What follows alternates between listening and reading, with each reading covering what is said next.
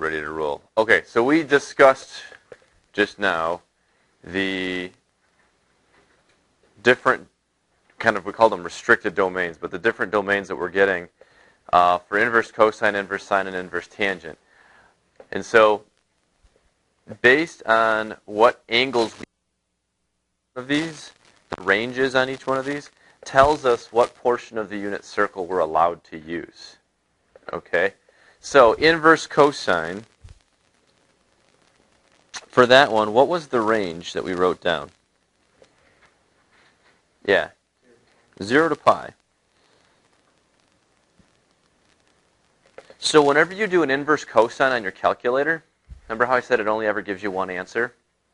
That one answer is between 0 and pi. Every time. That's the one it's going to give you. Okay? So if you're going to do an inverse cosine by hand, what portion of the unit circle do you have to use? Because you can't use the whole thing. Just the top half, right? 0 to pi is it. So quadrants 1 and 2 are the only two that we're going to use for this then.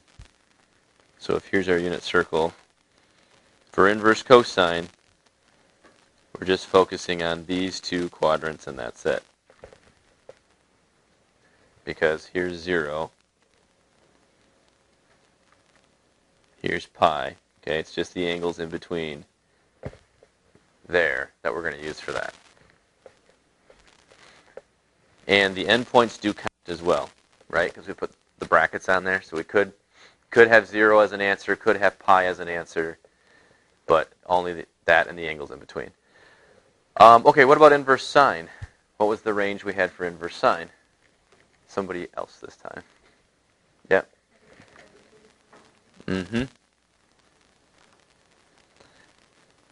So for this,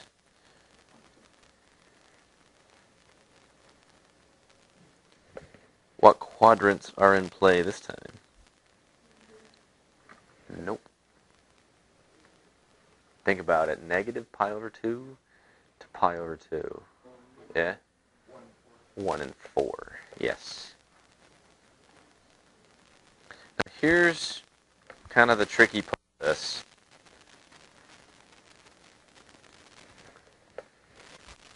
On your unit circle, the paper that you have, what's the angle down here listed as? 3 pi over 2. But 3 pi over 2 is coterminal with what? Negative pi over 2. So technically, when you're looking on your circle, you're going down to 3 pi over 2. Keep in mind that really we're calling that negative pi over 2, and then this up here is pi over 2. So it's angles in between here. So if you looked on your unit circle, you're working on an inverse sine, you were looking on your unit circle and you got an answer that was like somewhere down here in this fourth quadrant, you can't technically take the exact angle that's written down on your unit circle. You have to think, okay, what's coterminal with that is negative between 0 and negative pi over 2, and then that would actually be your answer. And we'll practice that in a little bit here. We'll do some of those. Question? Why can't it be like the second and third? It could be the second and third, but some mathematician back in the day decided 4 and 1. We're going to go with those. Probably because 0 is in there. Okay? Because all of these are going to have 0 as part of it. So it seemed like kind of a more natural chunk to choose. But you're right. I mean, technically, if you're just aiming to have a portion that is 1 to 1, the second and third quadrants could work just as well. Yep. Okay, inverse tangent, what was our range? Somebody who hasn't spoken yet. What was the range we wrote down for that? All you got to do is look at the page and cap. It was, there you go, yep. Yeah. So negative pi over 2 to pi over 2. So, what portion of the circle are we going to use for inverse tangent? 1 and 4 again. Except, can't use the endpoints this time. Inverse sine, these were both in play still. For inverse tangent, can't do that, because those are undefined for inverse tangent. So still 1 and 4. Still going from negative pi over 2 to pi over 2. But those are not, the two endpoints are not included in it. Okay, so let's see if we can actually like do this in practice then. So can we do some inverse trig by hand using a unit circle to help us?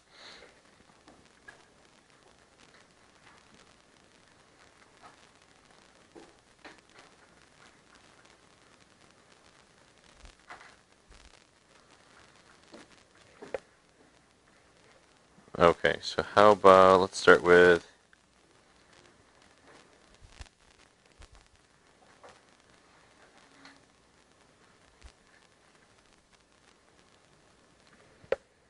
the inverse cosine of the square root 3 of square root 3 over 2.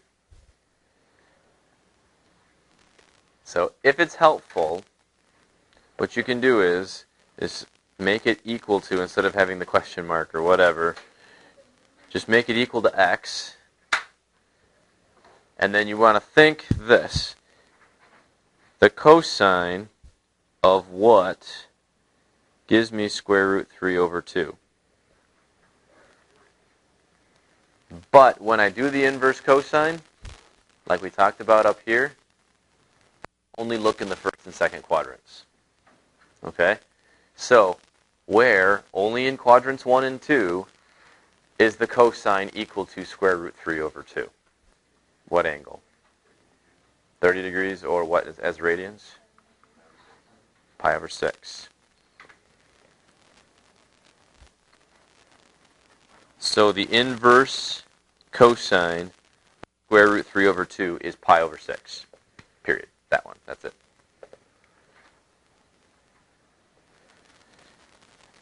Okay, let's try another one. How about the inverse sine of 0?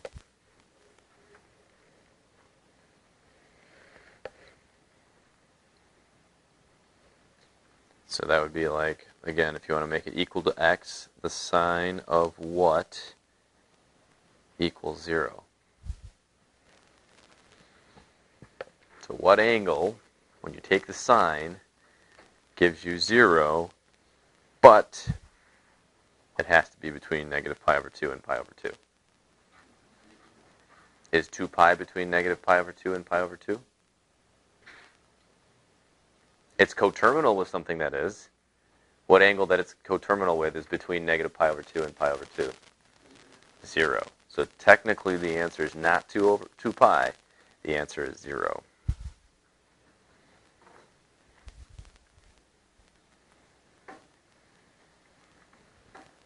Okay, you got to be careful you stay in that interval. Okay.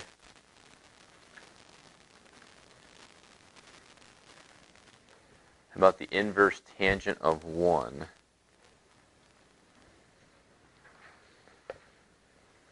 So remember, tangent is sine divided by cosine, right?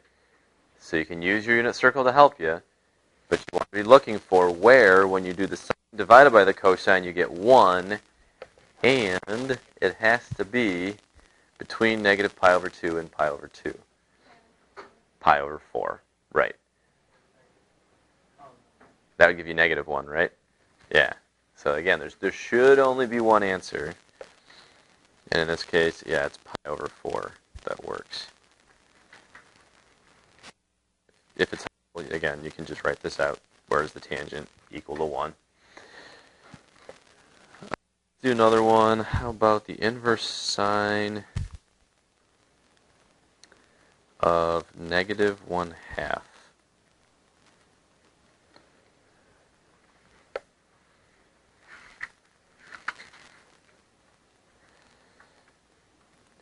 Oops. There we go. Okay, so take a look at your unit circle. Where do we have the inverse sine equal to negative 1/2? Or where do we have the sine, I'm sorry, equal to negative 1/2, right? Because it should be sine x equals negative 1/2. Is it pi over 6? Okay, so I heard three things. I heard 5 pi over 6. I heard 11 pi over 6. Which of those is right? Negative pi over 6. Okay. On your unit circle, fourth point to be, right? Because we want the sine to be negative 1/2. Now take a look. Remember, we can only use the first and fourth quadrants. Where's 5 pi over 6? Second quadrant. Okay. 11 pi over 6, fourth quadrant.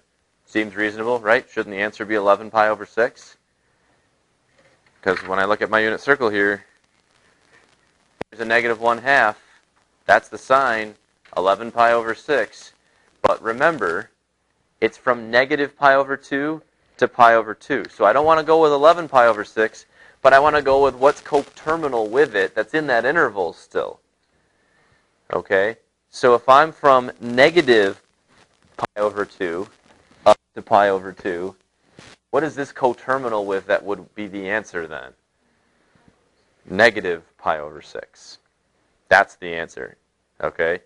11 pi over 6 is technically wrong. It's close, but it's technically wrong. Inverse sine goes from negative pi over 2 to interval. Okay? So that's what we would do then. So negative sine, or inverse sine, and inverse tangent can be a little bit tricky that way. Because when you look at your actual page, the angle that you're seeing right there is not what the answer is going to be. You're going to have to go with the coterminal one that is the negative angle that would match it. Okay? So doing this sort of thing by hand is a problem then. Okay. So the next thing we need to do, we're actually pretty close to being done here, would be to do a kind of a composite of some inverse trig. So, for example, if we were going to do like the sine of the inverse cosine of square root 3 over 2, something like that. Okay, now these can look kind of scary, but they're really not that bad. Okay, you just take it one step at a time. It's all stuff you can do. Okay, just start with the inside and work your way out. Okay, so inverse cosine of square root 3 over 2. What angle is the solution to the inverse cosine of square root 3 over 2?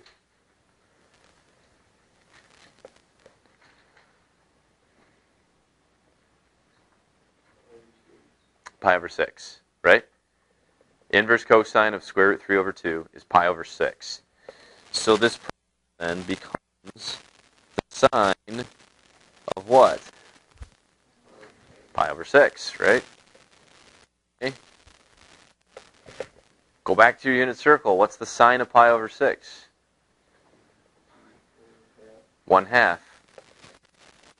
So the answer to this one is 1/2. Okay, so like I said, just take it one step at a time, start in the middle, work your way out. Okay, so I'm going to give you guys a couple more of these to do on your own. I'll give you a few minutes, see if you can kind of use the same kind of logic to do it. You're going to have to do one inverse, one regular to get through them, but that's kind of the idea. So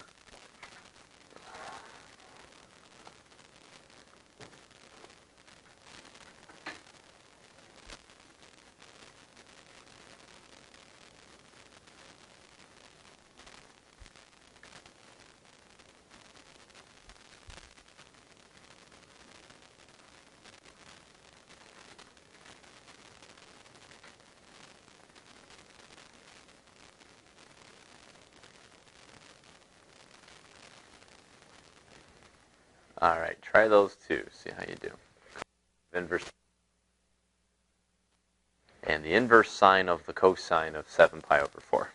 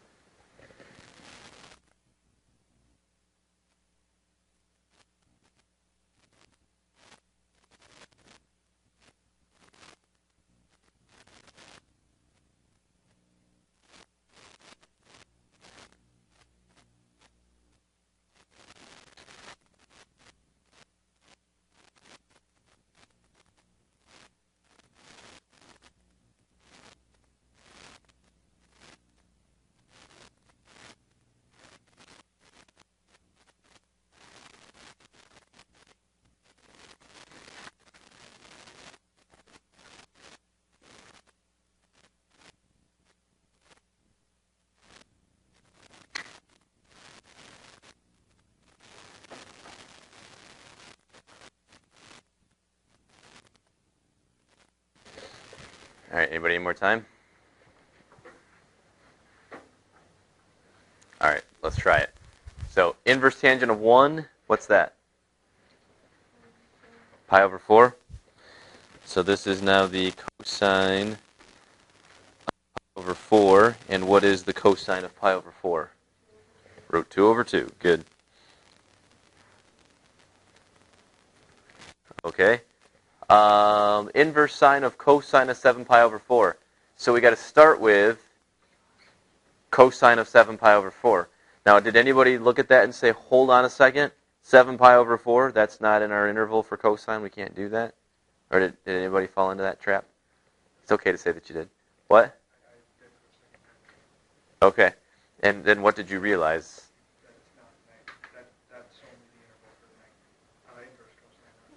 Right, exactly. This is not an inverse cosine, it's a regular cosine. We've been doing these, right? So 7 pi over 4 is not a problem. It's only if we were doing an inverse cosine where we'd have to stop and say, wait a second, I can only go 0 to 2 pi. But this is okay. So if you go around on your unit circle, cosine of 7 pi over 4, what do we get? Root 2 over 2. Okay. So then we're doing the inverse sine of root 2 over 2. And what is the inverse sine of root 2 over 2? Pi over 4. Good.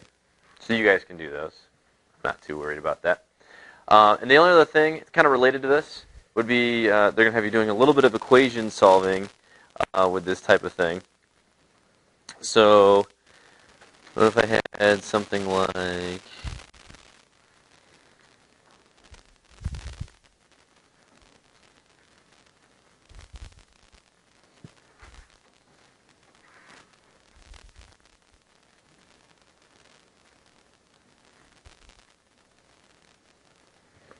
something kind of like that.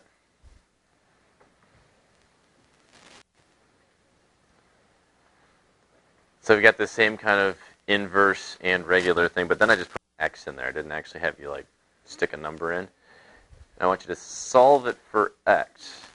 Okay, so what do you suppose is the first step you'd have to take here in solving this equation? Divide by 2. Okay, so if we do the inverse sine of sine x equals 1/2.